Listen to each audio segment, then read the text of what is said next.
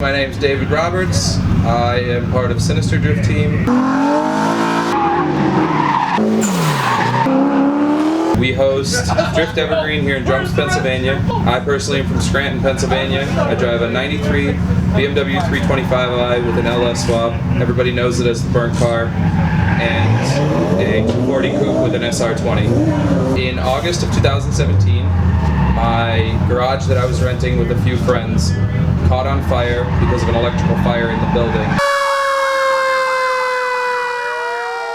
We had 5 cars in total, only 2 survived, one being my BMW and one being AJ's Fox Body Mustang.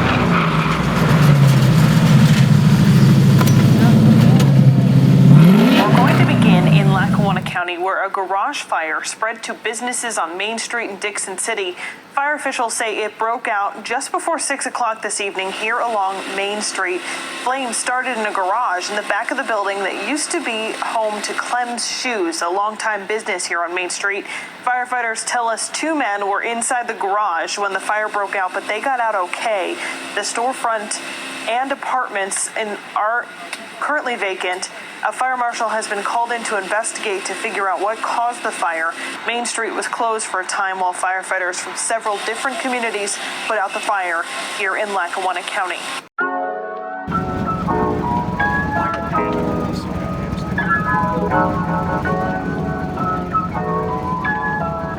Less than a month after the fire, we found a new shop. We cleaned the car up. All it needed was some fresh glass, a fuel line, a vacuum line, some wiring taken out, and new seats and harnesses, and it was ready to rock.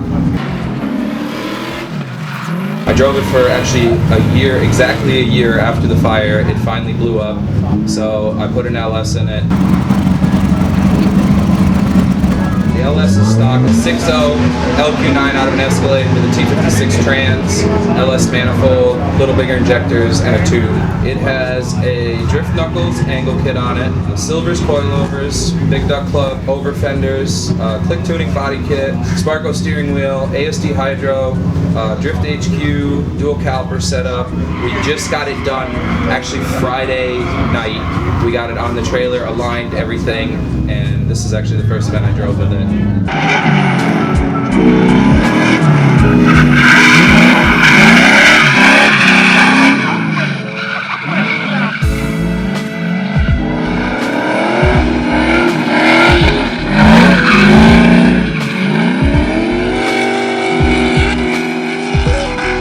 Oh, hell yeah! First 2 runs were okay. The second run I had a little electrical issue, just some loose wiring. Then we went out for the 3rd run and my oil pressure almost went to 0.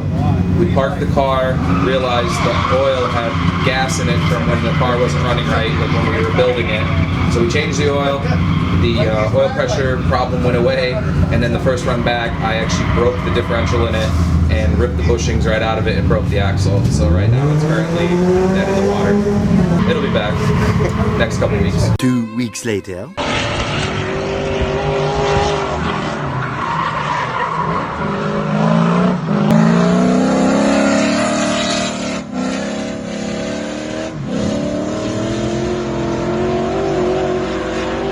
I had the car that I had before the BMW was actually a Neon SRT4. Like I used to be into, street cars, whatever. And I built that car for 3 years, and that car actually caught on fire too and burned to the ground. And I couldn't save that one. Like it was just too far gone.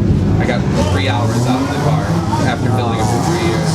So the attitude after the fire was horrible from all of us. Like AJ was at a bachelor party, Sean was at Pocono, and me and my little brother were in the garage when it caught on fire. So me and Jay had to watch it burn, which was like horrifying. You know what I mean? There's nothing you could do. The building was 120 years old. It was this old building that they converted into a garage, and it literally just went up like that. Yeah, all that work. I tried to put it out with a fire extinguisher, nothing. It was horrible. So when we finally were able to go in, because obviously the first day they have to clear it and whatever, we weren't allowed in. The place was horrifying, and we had like the next day like almost 30 people show up to help us get stuff out of there. We had to pull some of the cars out with like a truck and chain. And the worst part about it is the garage was like down a slope in the basement of this place. So like to get stuff out was pretty scary. And everything was on jack stands. Like every car in there was on jack stands. So like even if I wanted to drive something out that day, I couldn't have. And AJ actually went to try to start the Mustang, and it just crank. I'm like, yo, what are you doing? Like, you can't do that. He's like, what am I gonna do? Catch the place on fire? And I'm like, all right, well, I guess that's fair. And like, my car is like simplified, all on switch panel. So I went in and like, I hit the first switch, and the lights came on. Like the ignition lights came on. And I'm like, there's no chance this is gonna work. Like, not a chance. And I hit the fuel pump switch, and the fuel pump came on, and I hit the like the push start, and it fired up, and it wouldn't idle because the vacuum line melted. So I'm like, all right, like now it's game on. I'm driving this car out. So we found a jack that was in the fire, my impact gun that I still use today. We put wheels on it and put it on the ground, and I drove it out. And there's a video that a lot of people have seen of me driving it out. Well, right before that video, I was actually doing a burnout in the car.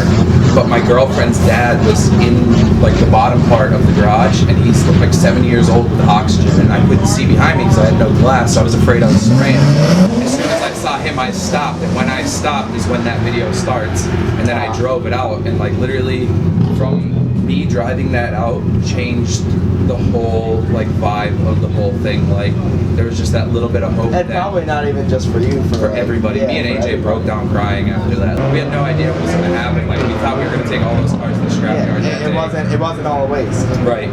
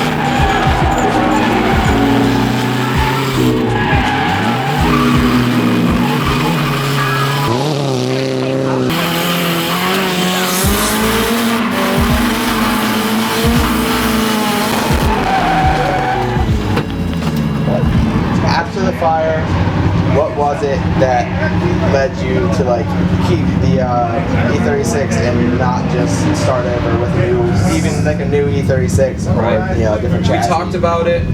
We actually had built, both me and AJ built 2 brand new cars last year. He still has his. I had built a Z that I drove 3 events, and it just totally crapped out on me. Like all sorts of electrical issues. Because our thinking was like we liked having them as like missile cars, like just something we could beat on, but at the same time we liked having nice cars. And now that whole perspective has changed for us. We realized it's so much more fun to drive with cars that like you like, but you don't care so much about the outside of it. And like it's the wildest thing you could ever tell someone. Like people don't believe me. We go to that car show every year in Mechanicsburg, or some down by Carlisle, and like the people that are like car show people, like we get the weirdest questions, like, oh, how'd you get the ramp to look like that? And nobody clicks that like the car was in a fire. And like I'm not one to support like just having missile cars, because I feel like you should take pride in what you built, but you can never recreate that. Like in my eyes, that is the coolest way you can. And like I do not condone doing it on purpose, because I've had people ask me that, but at the same token, like there's no replacing that car. That was my first actual drift car, and I tell everybody I'm gonna get buried in it. So.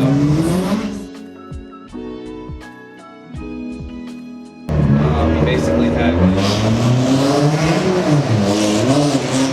12 hours to get everything out of the building. The LS is stock. It's a 6.0, and like we just did it to do it for a little while, and like made the banners.